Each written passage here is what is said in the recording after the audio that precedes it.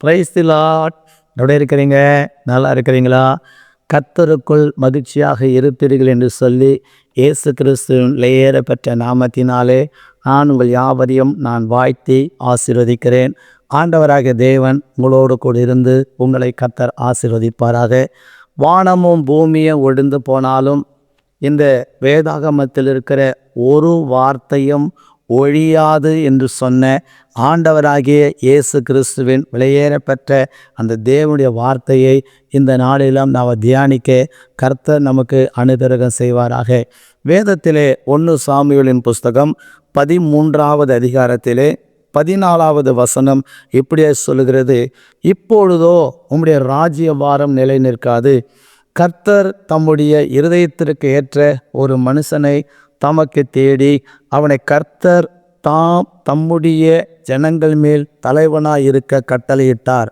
கர்த்தர் உமக்கு விதித்த கட்டளையை நீர் கை கொள்ளவில்லையே என்று சொன்னார். பிரியமானவர்களே, இந்த இடத்துல சவுலை ராஜாவாக ஆக்கினதற்காக சாமுவேல் வேதனைப்படுகிறார், கர்த்தரும் வேதனைப்படுகிறார்.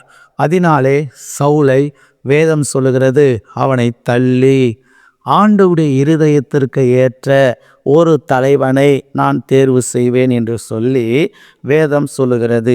அதே போல இந்த வசனத்துக்கு ஏற்றார் போல 1 சாமுவேலின் புஸ்தகம் 16வது அதிகாரத்திலே சோத்திரம் 12-13வது வசனத்தை நம்ம வாசிக்கின்ற பொழுது, அப்பொழுது சாமுவேல் தைல குப்பியை எடுத்து அவனை அவன் சகோதரன் நடுவில் அபிஷேகம் பண்ணினான்.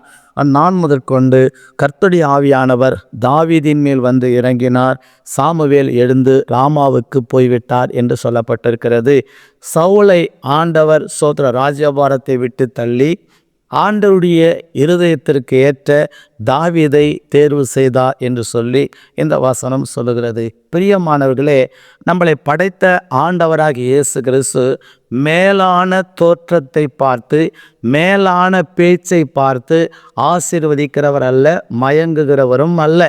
பிரியமானவர்களே, நம்முடைய இருதயம் ஆண்டவருக்கு முன்பாக எவ்வளோ பர்ஃபெக்டாக இருக்கிறதோ, பரிசுத்தமாக இருக்கிறதோ, பக்தியாக இருக்கிறதோ, அதற்கு ஏற்ற ஆசீர்வாதத்தை தருகிறவர் தான் ஆண்டவராகிய இயேசு கிறிஸ்து. ஹல்லேலூயா. உங்களுடைய மேலான தோற்றங்களை பார்த்து ஆசீர்வதிக்கக்கூடியவர் இயேசு கிடையவே கிடையாது.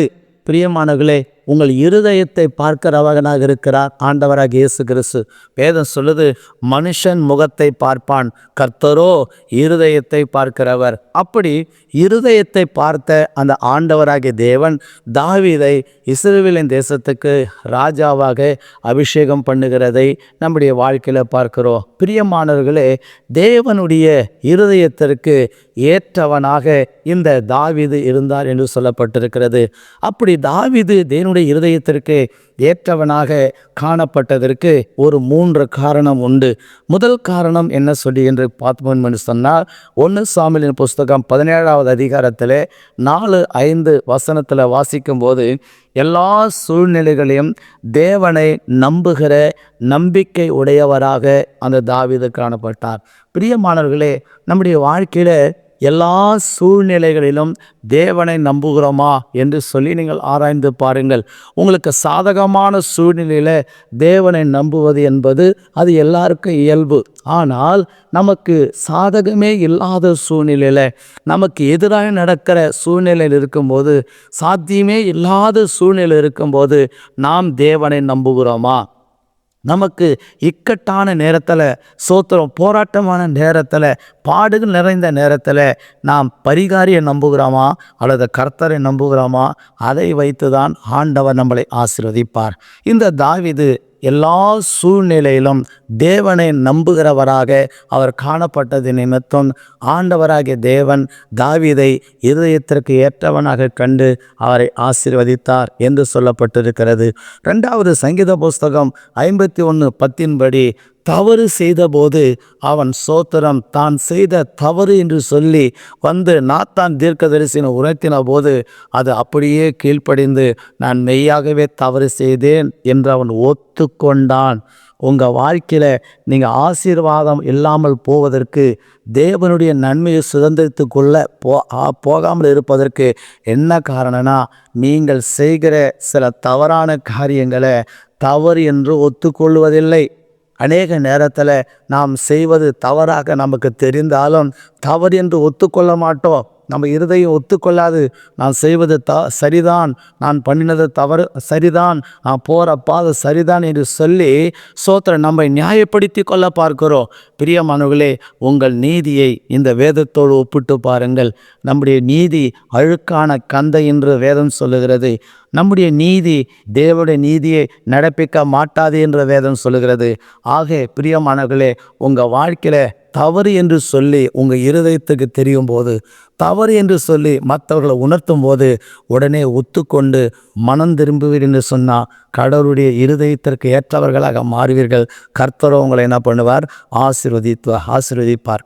மூன்றாவதாக 2 சாமுவேலின் புஸ்தகம் 7ஆம் அதிகாரம் 18வது வசனத்தின்படி வாசிப்போம் என்று சொன்னால், தாழ்மையான இருதயம் உள்ளவராக தாவீது காணப்பட்டார். தாழ்மையான இருதயம்.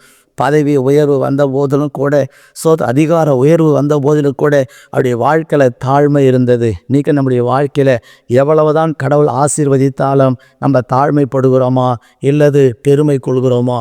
பெருமை உள்ளவர்களுக்கு ஆண்டவரே எதிர்த்து நிற்கக்கூடியவராக இருக்கிறார்.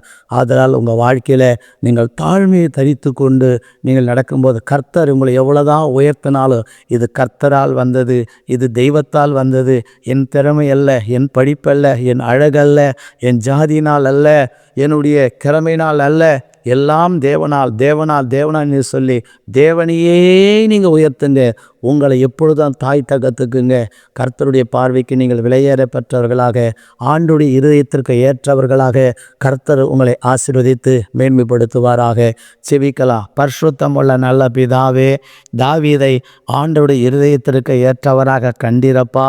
அப்படி ஏற்றவராக கண்டதற்கு காரணம் எல்லா சூழ்நிலைகளையும் தேவனை நம்புகிற அந்த நம்பிக்கை இருந்தது ராஜா. தவறு செய்த போது தகப்பனே சோத்திரம் மனம் திரும்பினார் என்று சொல்லப்பட்டிருக்க ராஜா. தாழ்மையான இருதயம் அவருக்கு இருந்தது என்று சொல்லப்பட்டிருக்க ராஜா. அப்படிப்பட்ட குணமுடையவர்களாக இருந்து தேவனுடைய நன்மைகளை சுதந்திரித்து கொள்ள ஆண்டவர் துணை செய்யுங்க. தாழ்த்தி ஏசப்பா கரத்தில் ஒப்பு கொடுக்கிறேன். தொடர்ந்து உங்கள் நாமம் மகிமைப்படட்டும். ஆசீர்வதியே இயேசுவின் நாமத்தில் கேட்கிறோம் பிதாவே. ஆமேன், ஆமேன், ஆமேன். God bless you. கர்த்தருடைய இருதயத்திற்கு ஏற்றவர்களாய் மாறுங்க. தேவன் உங்களை ஆசீர்வதிப்பாரு. ஆமேன். கர்த்தர் நல்லவர்.